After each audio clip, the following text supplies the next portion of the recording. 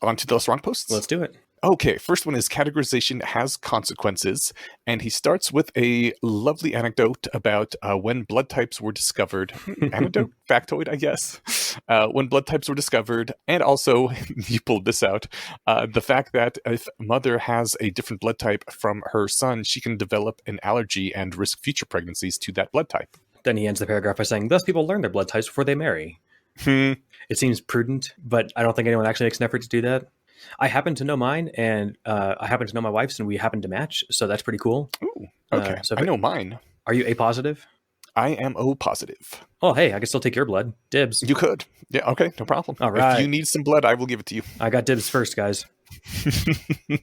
Well, it depends on how many people need my blood, but you are really high up in the list. I called dibs. Shit, okay. Can't argue with the law of dibs. All right. Yeah. I forgot this from the last time I read this post all those years ago. Tell us about blood types in Japan. Yeah, blood types basically played the role in Japan that astrological types play in the West. Do you remember the first time you were playing a fighting game or something and just looking over the profiles of the people, they're this tall, this hair color, eye color, and then it said their blood type? And I was just like, well, I guess it's a fighting game. Maybe they lose a lot of blood. It sort of makes sense that they would have that in there.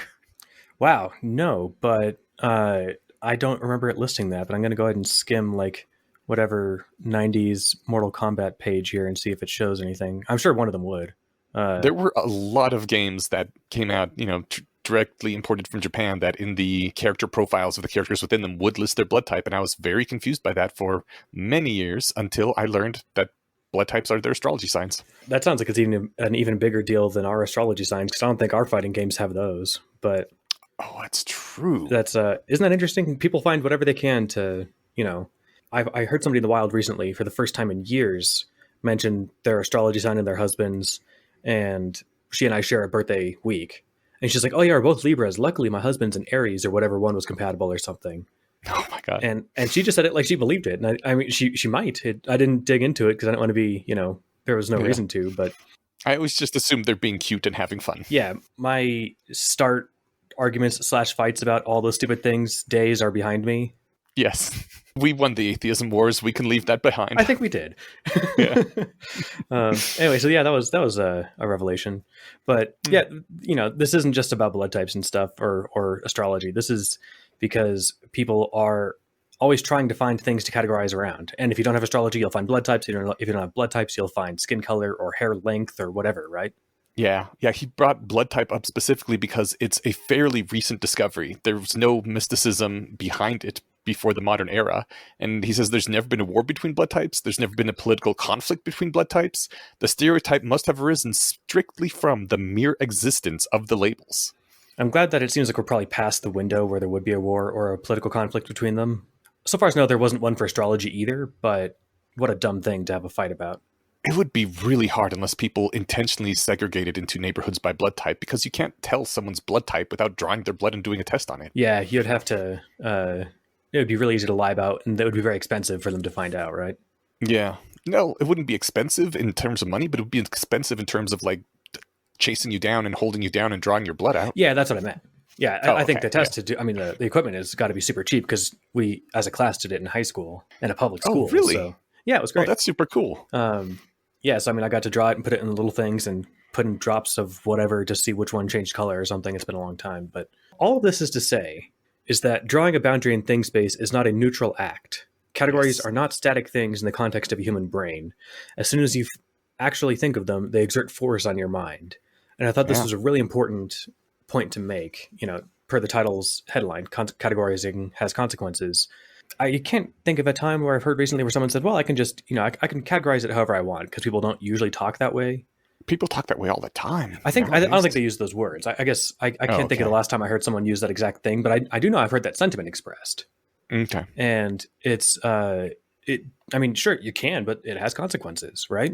Like right away, the human mind starts trying to find similarities in these groups, and if you call some things by the same name, they get dumped in the same mental bucket. Like it literally has an effect on how we interact with the world, which is, I don't know, I guess to be expected, but also makes me sometimes slightly sad that we are not perfect.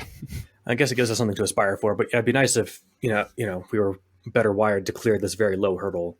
Um, Maybe it would make us inhuman enough that we don't actually want to do that, and instead it's just better to know that these things do exert a force on your mind. So don't believe anyone who says it's a totally neutral act. hmm. They have an agenda. They might be trying to sneak in some connotations or something. Oh, they definitely are, and great segue. But I gotta put a pin in that for just 1 second because Hmm.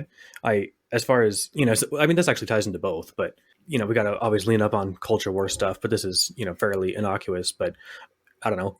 40% of people, or I guess half of that 40%, 20% of Americans maybe would say that every Republican is like evil or bad or a Nazi or hates, everybody or whatever. Hmm. And that's just not true. Hmm. Uh, Republicans come in all flavors and shapes and sizes and ethnicities and orientations, etc. Yeah. So to say all Republicans are racist is just incoherent.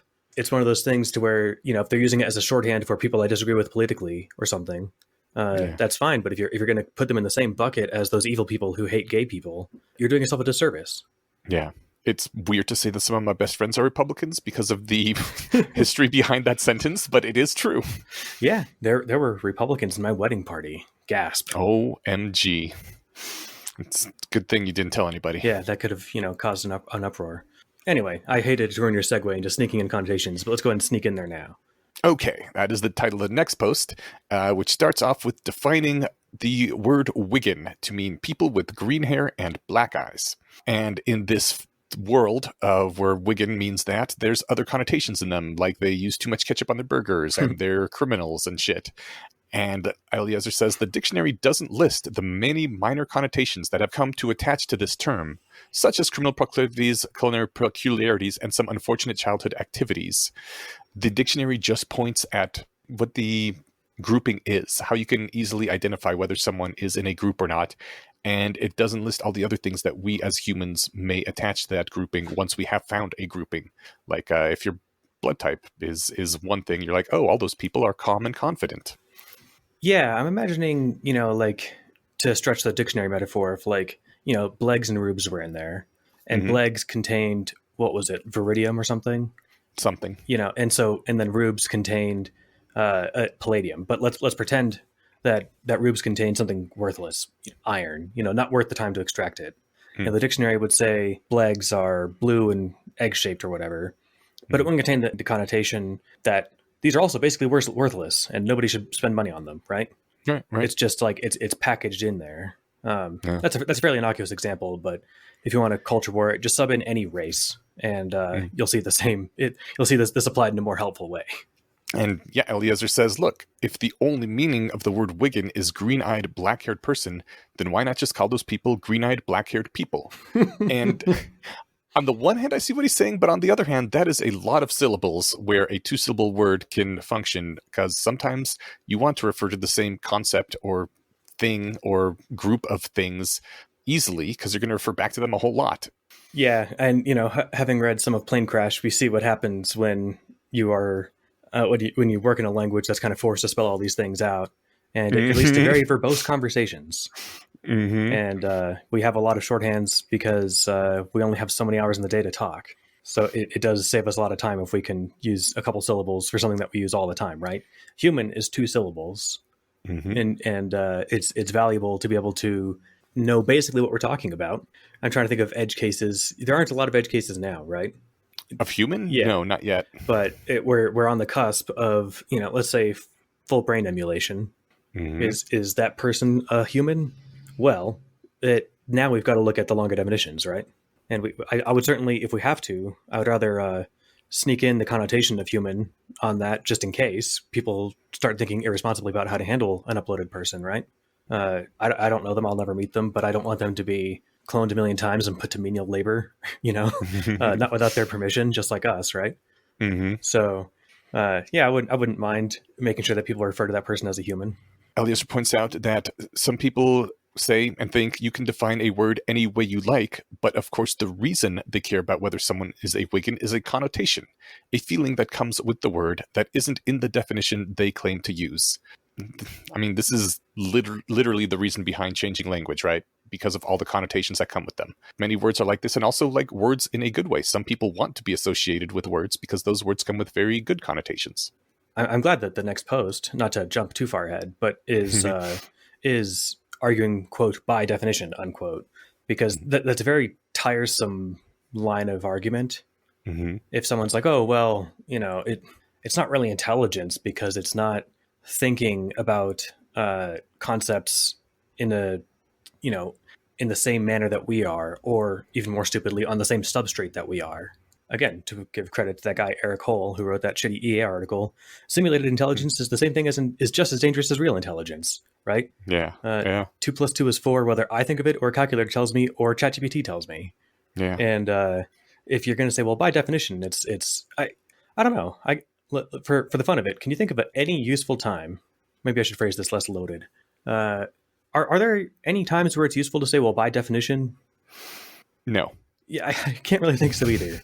Like, unless we're having a long discussion and we've already hashed out, no, we've talked about, we've tabooed, this word, and now we're using this one. Let's go ahead and use it consistently or something, right? Yeah. Yeah.